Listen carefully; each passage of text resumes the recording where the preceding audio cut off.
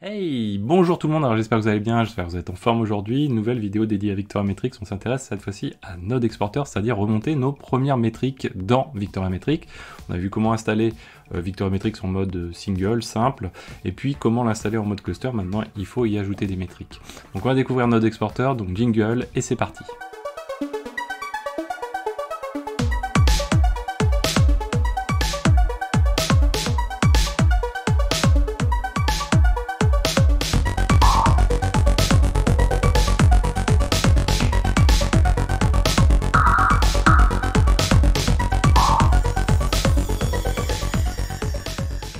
Alors avant de commencer, ce que je vous invite à faire, c'est vous abonner si ce n'est pas déjà fait. Donc vous pouvez aller sur le coin de la vidéo, cliquer sur le bouton vous abonner, cliquer sur devenir membre, rejoindre si vous souhaitez me soutenir, mettez des pouces bleus, commentez. Donc on va reprendre où nous en étions un petit peu, c'est-à-dire on a ici notre cluster finalement, et sur ce cluster, ce qu'on veut faire, c'est remonter des métriques d'autres machines. On peut imaginer en avoir, ici on va en avoir deux nous, et en l'occurrence, ce qu'on va vouloir faire, c'est aller les récupérer, récupérer ces métriques. Donc c'est du mode scrap avec Node Exporter. Et derrière, du coup, on va avoir un mode toujours croisé, du coup, avec nos deux VM Agents. On va collecter, c'est-à-dire en double, la métrique, ce qui nous permet de perdre éventuellement un VM Agent. Et derrière, c'est Victoria Metrics qui va s'occuper de la déduplication, puisque lorsqu'on l'a vu lors de l'installation du cluster, on a prévu la déduplication. Je vous invite à aller voir la vidéo éventuellement spécifique à la déduplication. Donc nous, on va avoir deux serveurs comme ceci qu'on va souhaiter, on va dire, monitorer. Pour ça, on va utiliser Node Exporter, donc voilà, vous avez le lien dans la description en dessous de la vidéo avec tous les éléments de la vidéo, comme toujours. Et Node Exporter, c'est vraiment un grand classique qui permet de fonctionner avec Prometheus notamment, mais en tout cas en mode scrap, c'est-à-dire qu'il va afficher une page avec l'ensemble des métriques. Alors par défaut, c'est le port 9100, mais on peut reconfigurer le port en question. Et puis également, on va pouvoir aussi éventuellement sélectionner, ce qui n'est pas toujours fait en entreprise, qui est même rarement fait, sélectionner les métriques qu'on va réellement collecter, parce qu'on en a réellement l'usage. Parce que vous allez voir, en fait, Node Exporter fournit vraiment beaucoup de métriques sur les CPU, sur les interfaces réseau, les disques, plein de choses, quoi, en fait. Vraiment beaucoup de choses. Derrière, eh bien, tout n'est pas toujours utilisé. Et l'intérêt aussi de Victoria Metrics, ça va être aussi de permettre de faire le tri, notamment parmi ces métriques, celles qui vont consommer le plus de ressources, et puis faire du tri du coup derrière avec la configuration de Node Exporter. Donc on reviendra sur un petit peu cette configuration avancée de Node Exporter certainement dans la prochaine vidéo, c'est-à-dire faire son choix dans ces métriques, et puis on verra aussi que Node Exporter permet aussi de remonter des métriques custom, ça c'est assez pratique. Vous avez déjà l'exemple dans la playlist dédiée à Prometheus et Grafana, mais on s'en fera un petit exemple ici. Alors notre but du coup ça va être d'intégrer, alors on a déjà ici un dashboard, mais on va réintégrer un autre dashboard Node Exporter, et que nos métriques soient remontées. Alors pour faire ça, donc on va retourner ici. Donc en haut, en fait, j'ai deux machines que je souhaite monitorer, ces deux là, hop, voilà. Pour ça, je veux récupérer les métriques avec VM Agent 1 et VM Agent 2. Alors derrière, donc du coup on va se baser sur ce que je vous mets en description de la vidéo. Vous retrouvez tout le code comme d'habitude. Première chose, du coup, nous on va tourner sur la version 1.7.0 de Node Exporter, et on retrouve le même process que ce qu'on a vu jusqu'ici, c'est-à-dire installer un binaire dans le pass où vous souhaitez, et derrière mettre en place systemd pour pouvoir lancer ce binaire de manière durable, on va dire.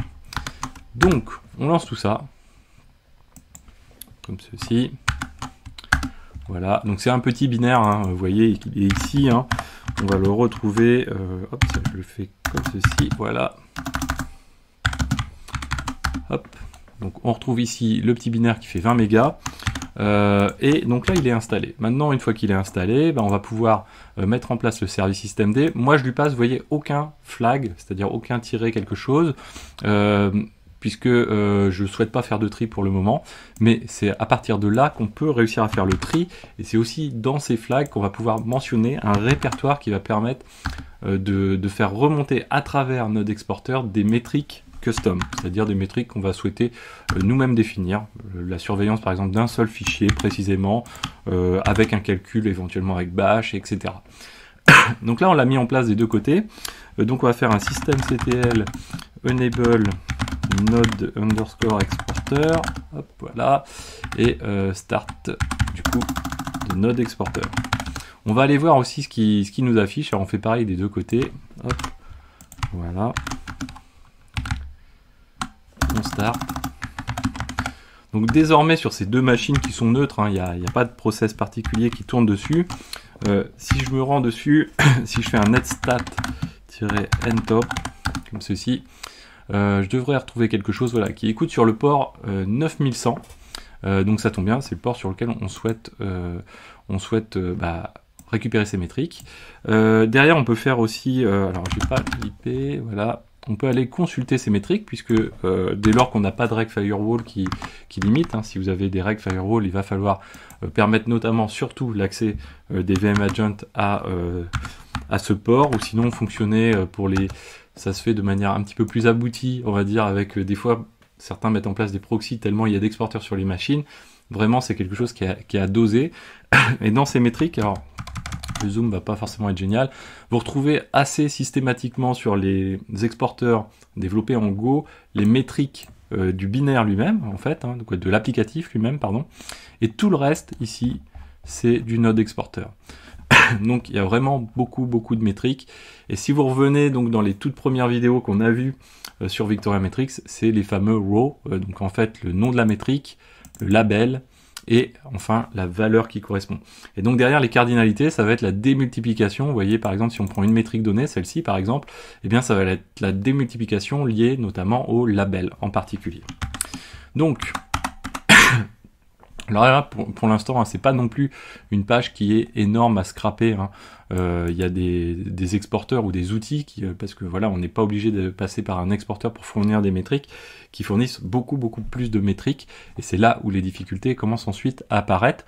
Mais c'est là où Victoria Metrics justement apporte des solutions assez intéressantes.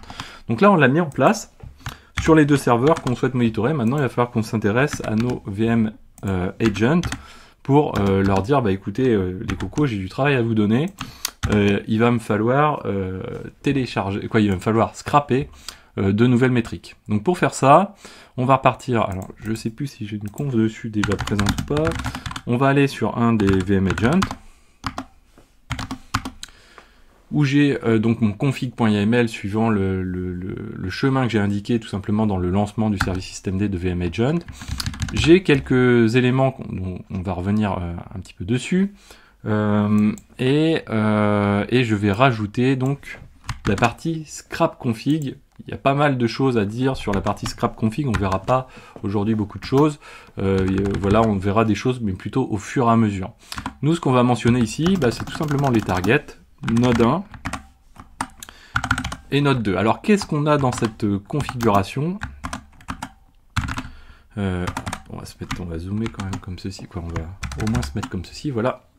Donc première chose, on définit des valeurs globales qui s'appliquent à toute la configuration qui est portée par le VM Agent en question. Donc l'intervalle de scrap, ça veut dire c'est l'intervalle à la fréquence où il va retourner chercher les métriques sur les pages en question. Là, on est toutes les 5 secondes, ce qui est quand même relativement fréquent. On peut être à moins aussi, mais c'est quand même relativement fréquent. Si on a vraiment un parc assez étendu, c'est pas forcément très intéressant de l'avoir à 5 secondes. Quand on fait des benchmarks, là, c'est assez intéressant d'avoir des plages relativement courtes parce qu'on veut vraiment pouvoir des fois avoir des données assez fines, mais on va dire en cycle de production normal, c'est pas forcément d'un grand intérêt d'être hyper fréquent. À 30 secondes par exemple, c'est déjà pas mal. Ensuite, on a l'évaluation intervalle. Donc là, c'est vraiment c'est un autre paramètre qu'on verra plus tard. Derrière, on a l'autre élément qui est ici, qui est l'external label Data Center DC1. Alors si vous vous souvenez, si vous allez voir la vidéo dédiée à la déduplication, c'est notamment un des éléments, un des facteurs clés de la déduplication quand on gère plusieurs data centers par exemple. On va se dire que par exemple les deux VM Agents qui sont par exemple ceux qu'on a actuellement qui sont sur le même data center DC1 vont utiliser ce label là et vont le rajouter sur toutes les métriques qui scrapent, toutes celles qui vont être définies dans le scrap config, tous les jobs vont porter cette métrique là. Et si on a un autre data center éventuellement avec les mêmes noms, les mêmes jobs, etc., eh bien on va pouvoir lui appliquer Data Center DC2, et de fait, comme on va avoir au moins un label qui diffère dans le row en question, eh bien on va avoir une déduplication qui va se faire juste à l'échelle du data center et pas sur l'intégralité, puisque sinon ça veut dire qu'on aurait quelque chose qui est complètement incohérent. Nous on met un nom de... Donc ensuite on a des scrap config. Il y a différentes manières de définir des scrap config. En l'occurrence, il y a toujours un nom de job, mais c'est surtout la manière dont la configuration va être donnée. Grosso modo, on a deux manières de mettre en place une configuration, soit en mode statique comme on le fait là, c'est-à-dire vraiment quelque chose qu'on va rédiger à la main, soit en SD config, qui est généralement des API. On a par exemple pour Kubernetes, pour les plus connus, Consul, des cloud providers, du DNS, etc. Ce qui va permettre de se plugger finalement sur une source de données qui va auto-alimenter cet élément-là. On reverra ça plus tard, notamment avec Consul. Donc nous, on fait ceci, on enregistre, on va faire pareil sur l'autre VM Agent, et on va copier ça. Voilà, toc, voilà. On va faire un système CTL.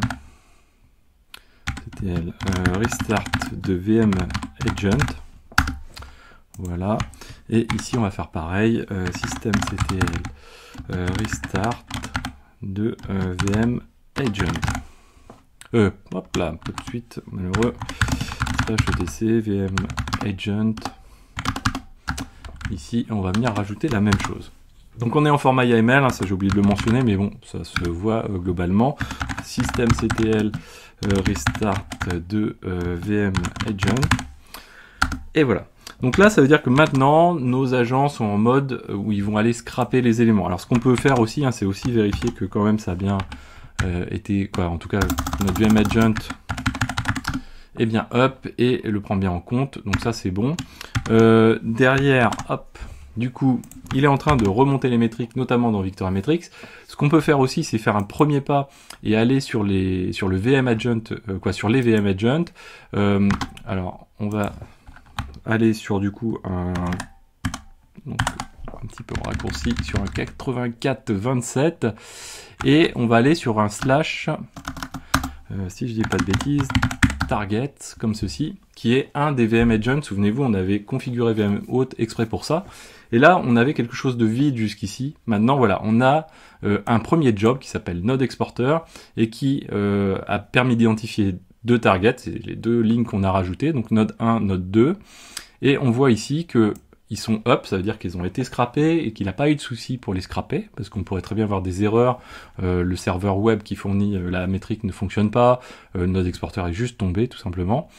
Derrière, donc du coup, on va avoir les labels qui remontent à travers notre VM Agent, à savoir que ce sont les labels, on va dire, avant l'ajout finalement du data center qu'on ne voit pas finalement ici. Ensuite on a oui, donc du coup les labels, qu'est-ce qu'on peut dire dessus? On a l'adresse qui est _ adresse _ c'est un peu ceux-là c'est labels, c'est des labels que vous retrouverez on va dire systématiquement, qui sont des labels, comment on va dire, pas built-in, mais qui sont natifs finalement, ou en tout cas qui sont, comment dire, primaires au scrap, au job en question. Là en l'occurrence c'est invariable, on a underscore adresse, adresse underscore. Généralement c'est ceux qui sont encadrés de underscore qui sont définis de cette manière là.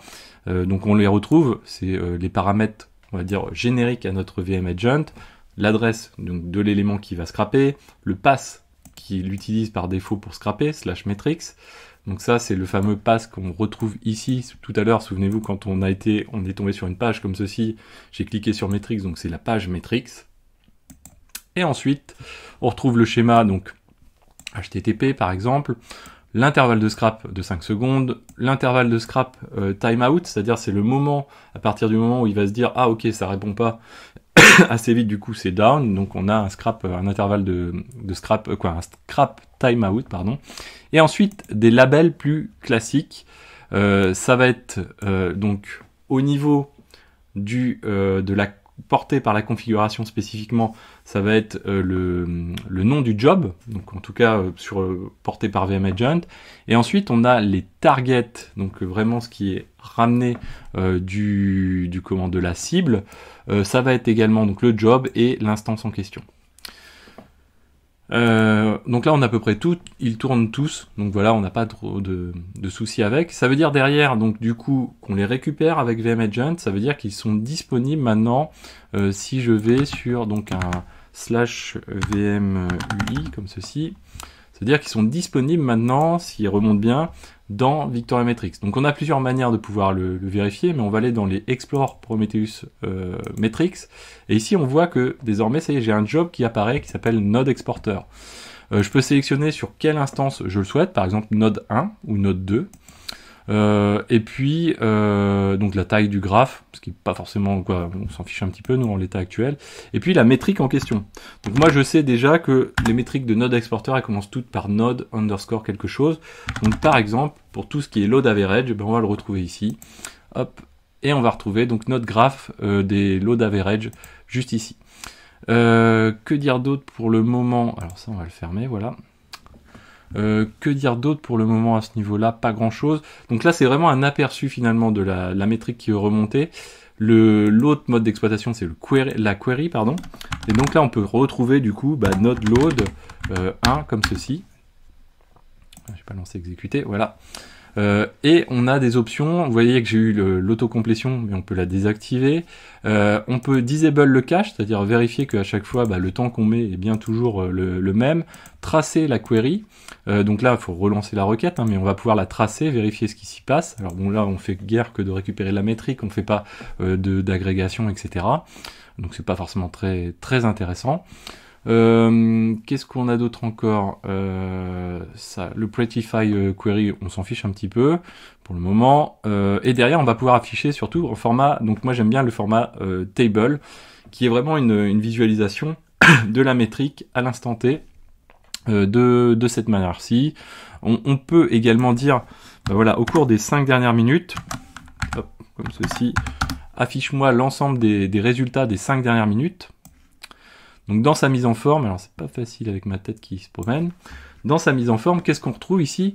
Eh bien on retrouve la donnée par exemple de node load 1 sur DC1 node exporter, de node load 1 sur node 2, sur le serveur node 2, et on va retrouver ici, vous voyez, la valeur du load, bon il est à 0,01 mais il est à 0 quasiment tout le temps, et à côté, arrobase, suivi d'un timestamp en format epoch, donc le format classique Linux, que vous allez retrouver, et si vous regardez bien, en fait, ça va correspondre depuis le début des scraps, donc surtout les 5 dernières minutes, donc vous basez plutôt sur le moment donné, et vous remontrez les 5 minutes d'avant, et avec la fréquence de scrap, eh bien ça va donner autant de lignes que vous allez retrouver au cours, par exemple, des 5 dernières minutes, avec un intervalle de temps de 5 secondes, en l'occurrence, puisqu'on est configuré comme ceci. Donc ça, c'est vraiment quelque chose qui est important à avoir en tête, c'est qu'on va avoir autant de métriques si on a un range de time comme ceci, qu'on va retrouver en fonction de l'intervalle de temps que l'on définit. Donc là, on sait qu'on a des métriques. Maintenant, on peut aller dans Grafana. Si on va dans Grafana, on peut aller explorer ces métriques et faire à peu près la même requête que ce que l'on vient de faire. C'est-à-dire que si on se positionne... Alors, on va le faire en mode, en mode code, ça va être plus simple.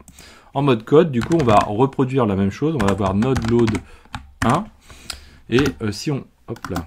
Alors, si on le lance, j'allais dire, mais non, puisque pour le moment, ce que j'ai un petit souci de configuration qu'on va faire évoluer.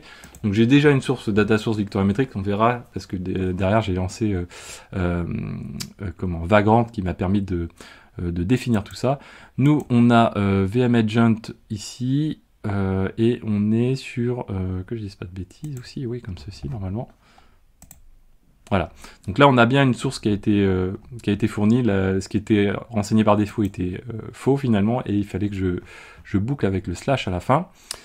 Donc on va retourner sur notre Explore, on va se mettre, donc, Victoria Metrics, node, voilà, node load, hop, load 1, donc on le retrouve avec l'autocomplétion. C'est pour ça que tout à l'heure, je me suis dit, ah, j'ai mis un petit peu de temps, mais je me suis dit, tiens, c'est bizarre, il y a un truc qui marche pas, puisque normalement, on a l'autocomplétion qui fonctionne. Et là, on va retrouver sensiblement la même chose.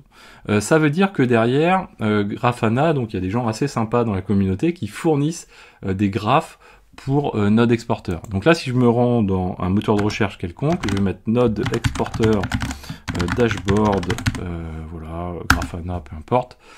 Le premier qui vient, Node Exporter Full, est plutôt pas mal. Alors ça correspond, je crois, à celui que j'ai en plus. Et là, on peut soit récupérer le JSON, donc on va l'ouvrir, on va faire un copier-coller, on va éventuellement cleaner. Soit sinon, dans notre cas de figure, pour l'instant, où on connaît pas trop grand-chose, on va copier l'ID ici, et on va se rendre dans notre home, dans notre, ici, nos dashboards. Et on va dire qu'on veut un nouveau dashboard, et qu'on va importer le dashboard en question. Et là, on peut l'importer soit en copiant-collant le JSON qui correspond, soit en indiquant l'ID qui va bien. Donc on va mettre l'ID. Là, du coup, il me dit qu'il existe déjà. Bon, c'est pas très grave. On va mettre ici Node Exporter Tuto, par exemple.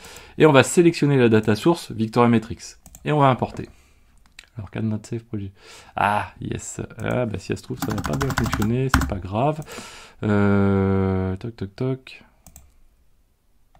Yes. Ah, si, c'est bon. On va y arriver. Voilà.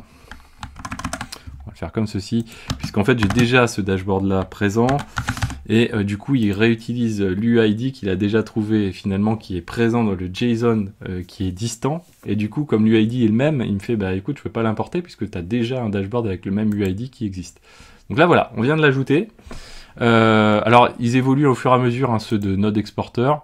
Faut pas s'étonner si ça bouge, mais c'est assez sympa, il y a déjà pas mal de petites choses dedans, et là ce qui est cool, c'est qu'en plus il a renseigné les filtres qui correspondent en fonction du job Node Exporter, et surtout des instances, Node 1, Node 2. Donc là je peux switcher éventuellement. Et comment on fait pour générer un petit peu de load sur Node 1? Alors j'espère que ça va pas trop manger de CPU, on va voir. Et donc derrière, là du coup, sur Node 1, on va avoir une petite fréquence de rafraîchissement, on va se dire toutes les 5 secondes, ce qui est quand même assez fréquent malgré tout. J'entends le CPU qui tourne, ce qui n'est pas forcément très bon. Et derrière, donc du coup, on va voir que ça va... Donc on a une fréquence de scrap toutes les 5 secondes, donc ça va mettre le temps que ça monte un petit peu en charge sur Node 1. Est-ce que je suis sur Node 1? Oui. On va le voir qui va tout simplement monter au niveau du load, et on va voir nos graphiques qui vont décoller. Donc il y a l'intervalle de scrap, l'intervalle de rafraîchissement aussi de notre dashboard. Donc au pire, normalement, ça met à peu près 10 secondes. Bah là, voilà, on commence à avoir un petit peu de load qui monte. Alors je vais pas le faire trop monter parce que sinon j'ai planté, j'ai freezé mon laptop, je pense. Là, on voit que le CPU, ça y est, il commence à monter un petit peu en charge. Là c'était le pourcentage de CPU, pardon, je vous dis le load, mais c'est le pourcentage de CPU d'utilisation. Et là on va retrouver ah tiens, on n'a pas le load 1, bon, c'est pas grave. Du coup on voit, ça y est, nos CPU, on est en train de les utiliser, de les solliciter sur Node 1. Je vais le couper pour pas que ça plante ma vidéo, voilà. Et donc voilà, donc vous avez vu que finalement c'est quand même quelque chose de très simple, très rapide, sur d'autres systèmes où il faudrait faire des templates, récupérer de la métrique plus ou moins de manière custom, réutiliser des choses de la communauté, mais se dire est-ce que j'ai suffisamment d'éléments ou pas. Là en l'occurrence on a, vous voyez, plein de métriques sur les CPU, on a plein de choses sur la RAM, donc on va retrouver des choses soit de haut niveau, soit plus bas niveau. On va retrouver des choses liées au temps système, on va retrouver des choses liées au hardware, au disque également, je sais pas où ils sont. Là on n'a pas la température, mais c'est pas adapté dans notre cas de figure. Socket systemd, bon, on n'en a pas. Les disques, donc important, les IOPS, on va retrouver dedans. Le stockage, donc les volumes qui sont stockés au niveau de nos différents systèmes de fichiers. Ou notre hiérarchie de système de fichiers plus exactement, le réseau également. Donc tout ça, vous avez vu qu'on le récupère en faisant quasiment presque rien, en tout cas pas grand chose, et on a même les quelques métriques liées à Node Exporter lui-même, donc le temps de scrap, donc ça va être le temps de réponse de la page en question, plus ou moins détaillé suivant ce qu'on souhaite. Donc vous voyez qu'il y a vraiment beaucoup de choses. C'est assez sympathique. J'espère que cette vidéo vous a plu. N'hésitez pas à partager, à mettre des pouces bleus, à commenter. Et surtout, abonnez-vous si ce n'est pas déjà fait. On va continuer à découvrir plein de choses. On va aussi faire des dashboards un peu nous-mêmes. Voilà, à très bientôt sur Xavki. Ciao à tous.